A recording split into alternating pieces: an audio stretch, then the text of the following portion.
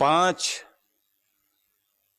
इन महत्वपूर्ण बिंदुओं को ध्यान में रखते हुए ओंकार का उच्चारण करना चाहिए।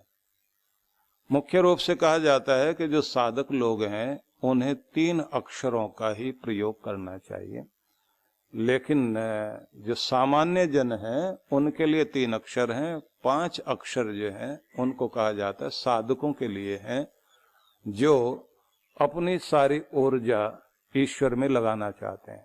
लेकिन ऐसा कुछ भी नहीं है। कोई भी व्यक्ति अपने घर परिवार में रहते रहते भी अगर अपना पूरा ध्यान भगवान की तरफ लगाना चाहता है तो वो इन 5 बिंदुओं को ध्यान में रखकर कार्य कर सकता है। सबसे पहले तो हम लोग ये जान लें कि ओंकार की जो महिमा कही गई है वो ये कहा गया है कि जो सृष्टि के आरंभ से जो पहली ध्वनि प्रकट हुई उस आदि ध्वनि को ही ओंकार कहा जाता है। इस ध्वनि का सबसे बड़ा लाभ ये है कि ये आपको शांति की ओर लेकर जाती है। इसलिए जब भी कोई उसी तरह के स्वर के साथ उच्चारण करता है तो अंदर शांति आनी शुरू होती है। जैसे हम सांध्य काल में अनुभव करते हैं जंगल से आती हुई झिंगूर की आवाज, वो जो झी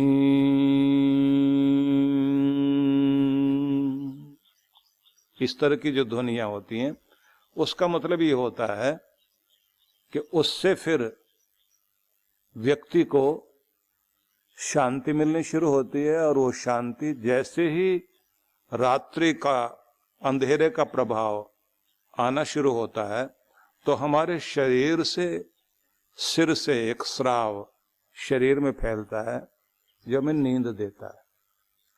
और उसका प्रभाव होता है कि हम गहन निद्रा में जाने लग जाते हैं। तो ओंकार का जो बिंदु वाला रूप है वो आपको नींद की ओर ले जाता है।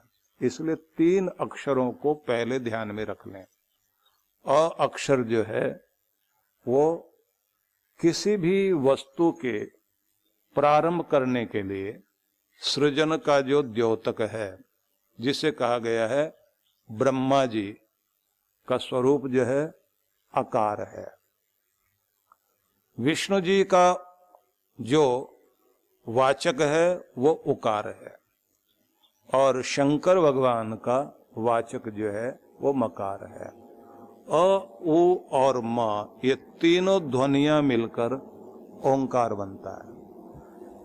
तीनों को किस तरह से उच्चारण करना है इसकी भी विधियां हैं।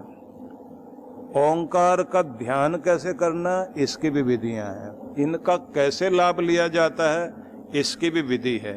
लेकिन यहां हम सबसे पहले ये जान लें कि इस ओंकार को इतना महत्व दिया गया कि भारत में जितने भी मत पंथ संप्रदाय हैं सभी में ओम को महत्व दिया गया है।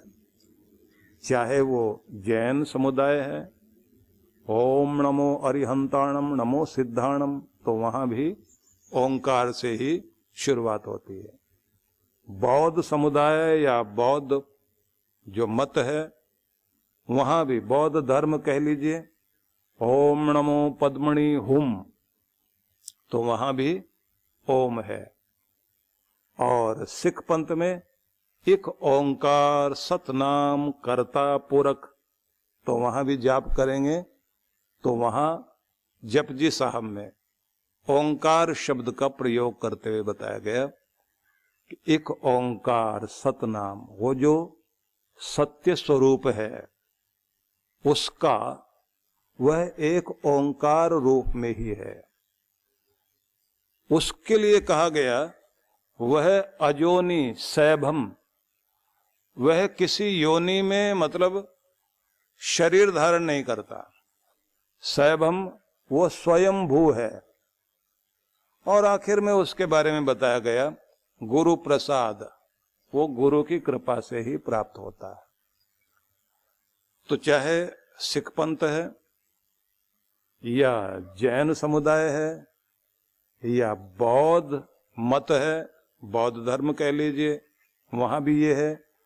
सत्य सनातन वैदिक परंपराओं से चला आ रहा सनातन धर्म, वहां तो ओम है ही, हर रूप में ओंकार है। यजुर्वेद में कहा गया ओम खम ब्रह्म, ओम खम ब्रह्म तो मतलब विसर्ग नहीं है, ओम खम ब्रह्म जो आकाश की तरह व्यापक है वह ओम है। भगवान श्री कृष्ण भी स्वयं कहते हैं वेद्यम पवित्रम ओंकार, वह जो जानने योग्य ओंकार है मैं ही हूं। मतलब मेरा स्वरूप ओंकार स्वरूप ही है। और जो उन्होंने ये कहा है ओम इति एकाक्षरम ब्रह्म व्याहरन माम अनुस्मरण यह प्रयाति त्यजन देहम स याति परमाम गति, वह परम गति को प्राप्त करता है जो इस एकाक्षर ब्रह्म मतलब अविनाशी ब्रह्म स्वरूप ओंकार का ध्यान करता है। भागवत महापुराण के कथा करने वाले लोग ओंकार की महिमा को बहुत अच्छे से कहते हैं, जो उसकी कथा ओंकार रूप में करते हैं। अधिकांश रूप से तो कथा में कथन ही अधिक होता है, लेकिन 12 स्कंद में शौनकाचार्य का सूत जी के साथ जो संवाद है, जब उसको आप पढ़ेंगे, समाहित आत्मना ब्रह्मण ब्रह्मण परमेष्ठिन हृदय आकाशात अभूत नादो वृत्तिरोधात अविभाष्यते, वहां ये दर्शाया गया है कि हे ब्रह्मण, जब परमेष्ठी ब्रह्मा ने अपनी चित्त वृत्ति का अवरोध किया तब उन्होंने हृदय आकाश में एक नाद को उत्पन्न होते हुए अनुभव किया।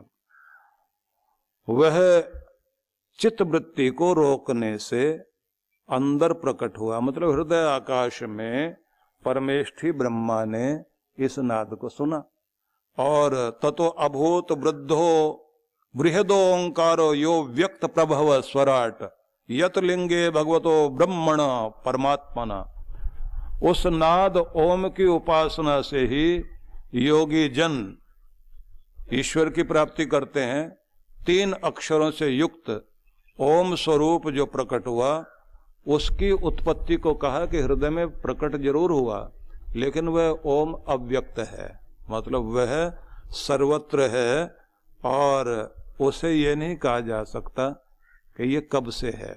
इसलिए एक शब्द चला स्वयंभू, और जो खुद से है वही खुदा, जो स्वयं से है वही स्वयंभू।